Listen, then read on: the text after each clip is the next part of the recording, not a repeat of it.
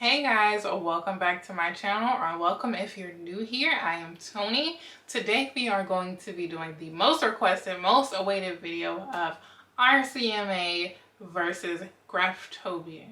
So these are two palettes that I've recommended in the past for makeup artists trying to establish their first makeup kit, as using a palette can reduce cost and increase efficiency when you are creating a makeup kit as a beginner.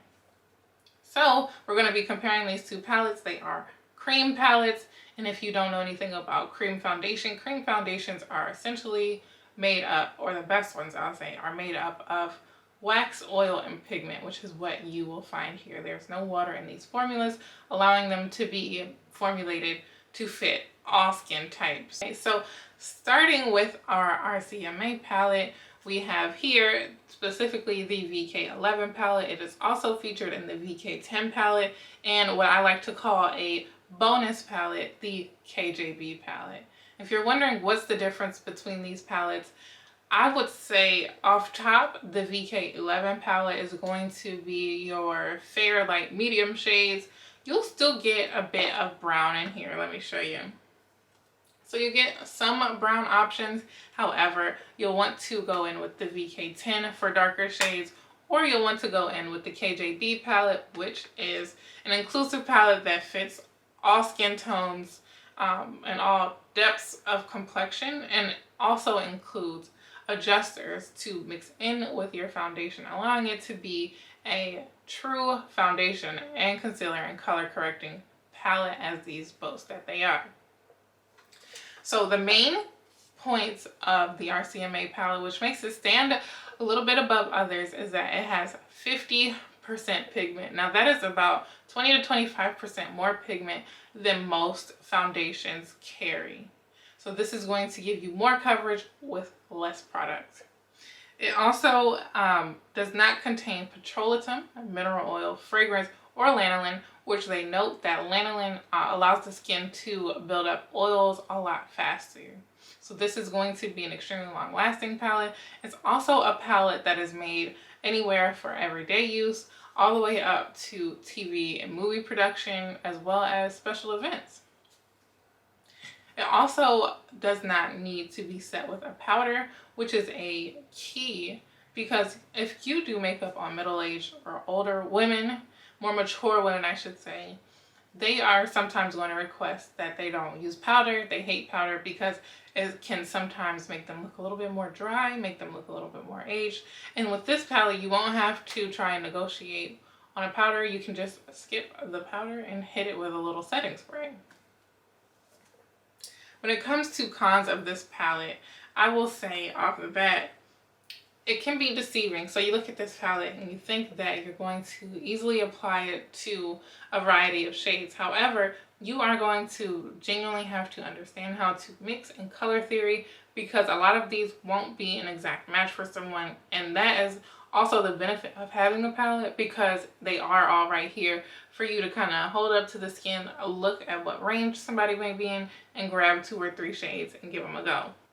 I have applied the Rcma foundation to this side of my face. I initially started with color correcting and concealing under the eye. Then I went in with like a mid-tone throughout here, contoured with 1 shade here, and then went in with my all-over color. So that gives you a little bit of an idea of how much of a variety is in this palette, that I'm able to go in and match multiple shades and create a seamless face. Both sides of my face are also set with Danessa Myricks Evolution powder in No Color, or number 1 I believe that is, and then a light medium shade in 2.5. Now moving on to Graftobian. This one is my well-loved palette. I have replaced my well-loved Graftobian palette with this little mini one for now, because I am in Japan. You know, I don't do a lot of makeup applications, so there wasn't a point in buying a full new palette. With Graftobian, you have 3 traditional palettes. So you'll have the cool, warm, and neutral palette, which, as they sound, you'll have 1 palette with only cool shades, 1 palette with only warm shades, and 1 palette with only neutral shades. So that is a little bit of a limitation versus the Rcma palettes that have a little bit of variety in them. But then you also have what I call the bonus palette, like the KJB.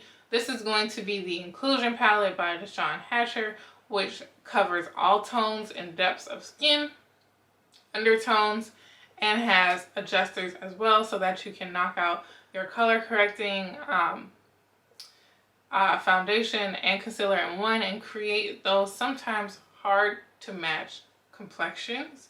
If you've ever looked at certain skin types like mine, it can be a little hard to match because I'm not even all over. In the center of my neck, I'm a little bit lighter. Up here, I'm light. Some places I look a little bit more neutral. Some places I look a little bit more golden. So it can be hard to figure out. So that's what those KJV and Inclusion palettes are great for. Both of these palettes, which I forgot to mention, have 18 colors in them. So you're going to get the same when it comes to value in that aspect. However, Graftobian has 1.78 ounces of product in their palette, and the Rcma has 1.38 ounces of product. You can use both of these with a brush or a sponge. However, make sure that your brush or sponge are not over saturated with water, because water and oil do not mix. So remember that. With the Graftobian palette, you will have to set it with powder. As you will see in the application, or you can see now, it has a little bit more of a dew to it because it does have that lanolin oil in it, which makes it easier to blend. However, it gets a little bit more oil throughout the day than the Rcma. Also, it's formulated with no silicones, no fragrance, and no formaldehyde. If you know anything about formaldehyde, I believe that it is used in embalming fluid. It's also used in some keratin treatments, but it is not good for us to apply to the skin or inhale. And this is also great for everyday up to production work. I've also used this myself on brides in Florida, so I can tell you it does withstand heat. The pros to this is that it has a natural appearance, which you can see both of them do. It's easy to blend. I will say that Graftobian is easier to work with than Rcma because of the formula. You don't have to warm it up so much on the skin, and you can kind of just warm it up a tad and go right in. It's easy to mix and color match.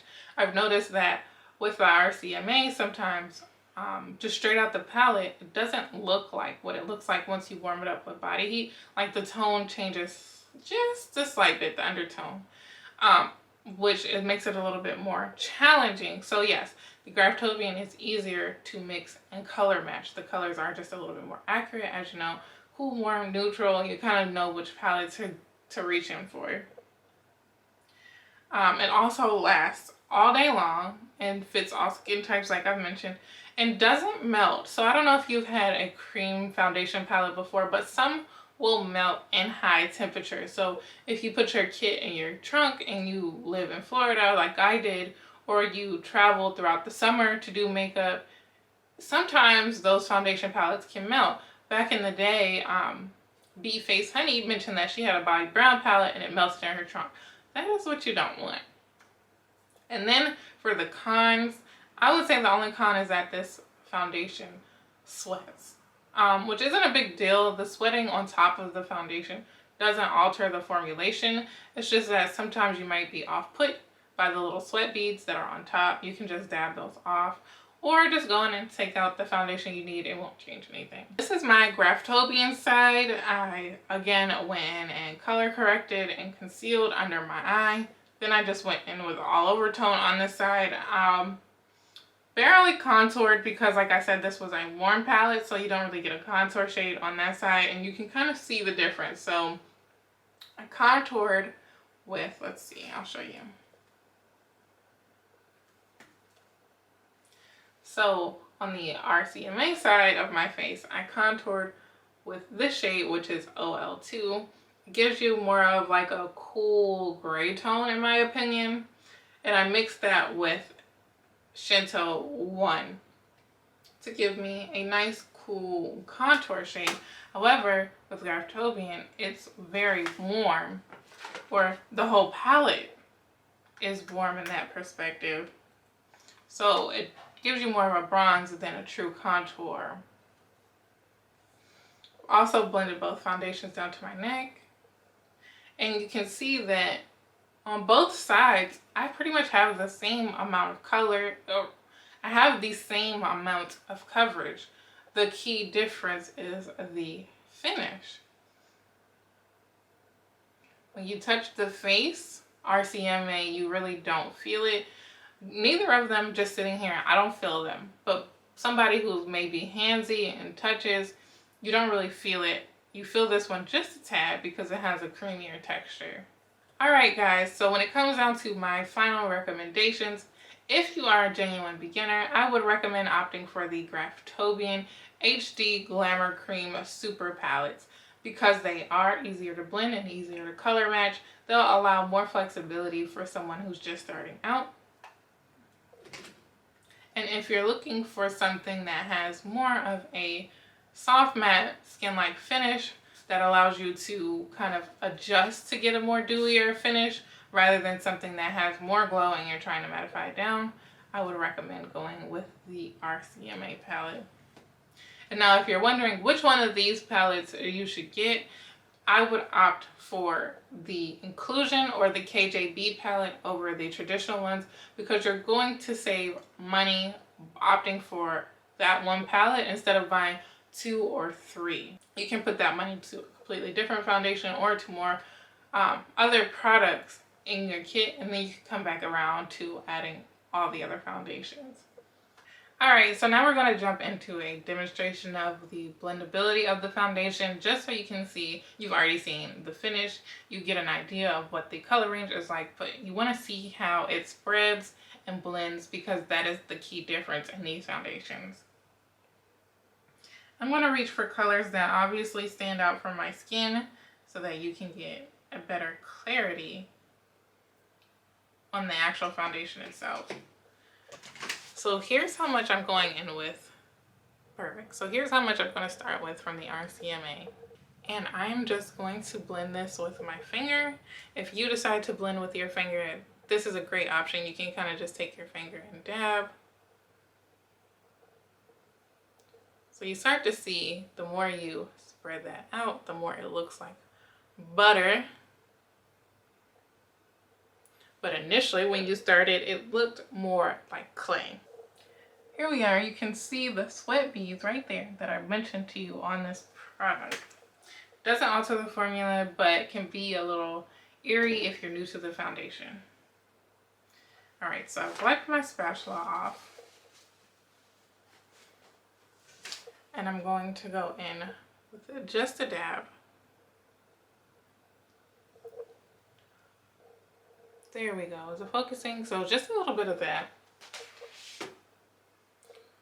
And we're going to apply that right there. And again, blend with our finger.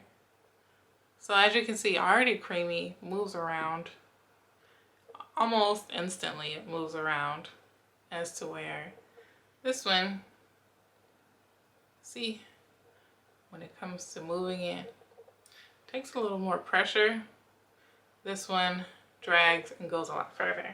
So I was getting ready to wrap up the video, but then I realized, let me just give you a bonus tip if you are trying to figure out Rcma, because the shade range and the names of the colors are very unusual compared to other brands. So Shinto is a yellow tone, which actually is a little bit misleading because when you research Shinto, it mentions reds. Then you have KO, which is neutral, light to medium. You have olive, which is warm undertones. KL, which is deep, warm, medium tones. KN, which is medium to deep tones. Neutral, medium to deep tones, I believe. And then you have MV, which contains orange, red, and yellow undertones for deep complexions. And you have the KT, which is a yellow-brown, which is described as, I believe, tan tones that have been sun-kissed. So you'll want to imagine like you're true, like, warm brown women you can think of. Those are going to be the ones that fit into the KT palette, or the KT shade range. And with the VK11 palette, you're getting Chantel and Olives. And with the VK10, you're getting more of the KO, KT, and MB shades.